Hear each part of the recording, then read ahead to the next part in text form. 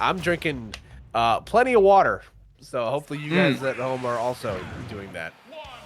I'm going to do that right now.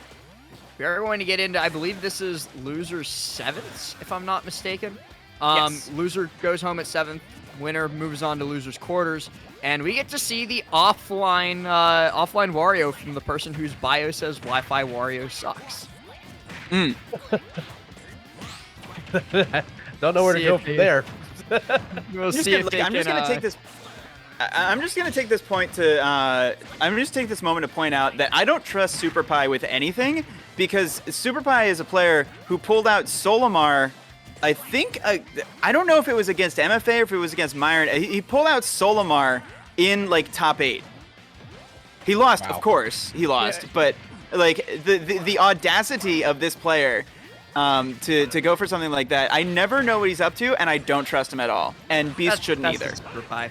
He is going to be able to get that really nice landing neutral B, be able to send Beast off stage, but he very quickly closes up the gap. And why did he reverse that? I don't get it. That was so cool from Beast.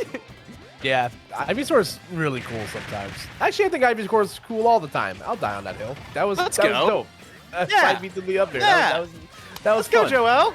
But yeah, Beast, I'm sure taking a spill earlier than I'm sure they would have liked to, finds himself in the lead right, for the time being. Let's see how 9superPIE goes about cleaning up this stock, maybe preferably without the waft, but I mean, still early enough in the game where I'm sure you're not really counting that, so we'll see how they go about it. Right. And for Beast, this is the team captain. Like this is the final boss of Beast's Pokemon trainer. You're gonna have to go through this if you want to beat this man. What an unexpected thing from the guy with Zard in his Twitter handle. Like, what are the odds? They have a very complicated relationship. Back air, though, I would like to point out that Waft just about fully charged now thanks to those couple extra neutral Bs that SuperPIE got. So if he can take this stock very, very soon with something along the lines of a bear, he could quickly close up this gap, or he could get caught by a sweet spot bear, not have a double jump off stage, and die. Something about Charizard holding a very regular-looking motorcycle and walking with it is very funny. Hey, they're headed to Bicycle Road. Yeah, it's just Going to hatch some eggs. It's like watching him move furniture. It's hilarious. Oh, okay, goes for the damage. I like that because if you're gonna win this game, you're gonna have to play. You're gonna be in here a little while longer. You're probably gonna have another Waft on deck. Yeah, I like that because this game is going to take some time if 9superPIE is going to win. So I like just getting that 58% because this is pretty close to kill percent if he stays Squirtle. He's going to try and chase him off stage looking for this extra back air.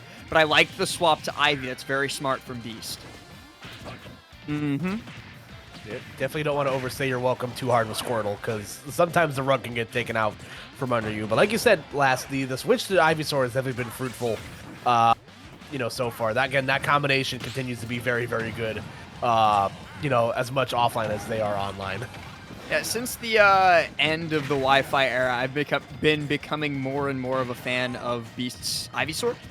Just simply because they make that character look really, really good. They use the disjoints perfectly to just smother other people. And speaking of getting smothered, SuperPIE landing right on top of that Zard up smash.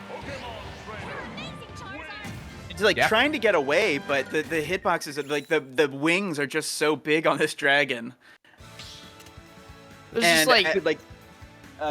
and after we saw a lot of the Squirtle and a lot of the Ivysaur earlier on, I want to point out that the end of that game was almost all Charizard, which is pretty scary. He beat you with all 3. Yeah, that's it. It's just a very calculated game of baseball. If you got your starters, your middle relievers, and Charizard, for all intents and purposes, is always the closer because he's got a sick fastball and he also lights himself on fire, I guess. It's just like baseball. You've got your infielders, your outfielders, Charizard. Yeah. What's the difference? Love a good sports metaphor. Team's got their Charizard. Now, SuperPIE off to a really good start compared to game number 1. Yeah, this is almost an exact opposite. He got comboed nearly to 60% to start off game number 1 against Beast Squirtle. This time he does the exact same in response, and a great up B out of shield. Going to allow him to continue holding on to this. And that's going to be a punch to the face. Booyah, baby! Yeah, you could see could've Squirrel. asked- Squirrel knew what was going to happen the whole time. You have to Yeah. watch. He was Squirtle just pulling up he was borrowed just time. resigned to his fate at that point. Yeah, it's like I must go now. I must die. But you know, let's again. Beast is definitely has a flair for the dramatic. You know, whether it be on his Whoa. own regard or someone else's. Oh my lord! the triple. Oh baby, a triple. like it's baseball, like we just talked about. Lyric at the camera. Lyric, you know Lyric's here somewhere with a camera probably. Oh yeah. Oh yeah. Flare Blitz to try and catch SuperPIE, but he actually does not get punished out of that. It's only after the roll comes out that SuperPIE manages to hit that landing up air. And now a lot of swinging here from both players.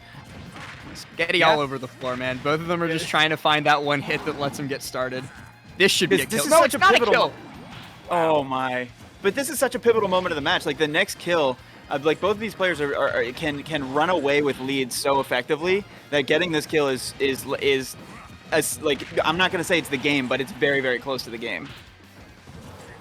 The way that SuperPIE uses his neutral B, uses that chomp, almost reminds me of how Atomisk uses DDD Inhale. Like he uses it just as a punish for on shield to get stage control. It's so good.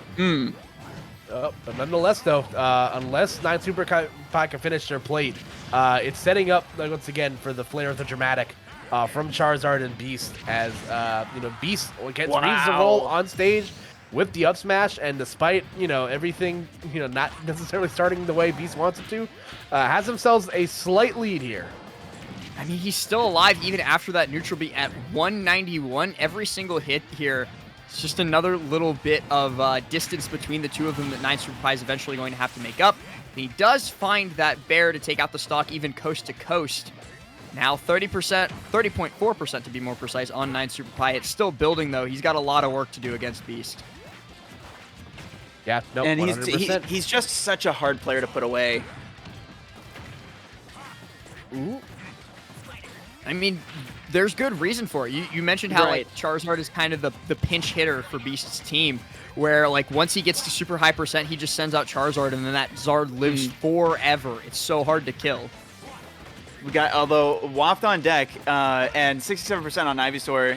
Like, if you see a Nair, you see an up tilt. This is that's not safe. Oh Whoa! no! That was a choice. Smash. Yeah.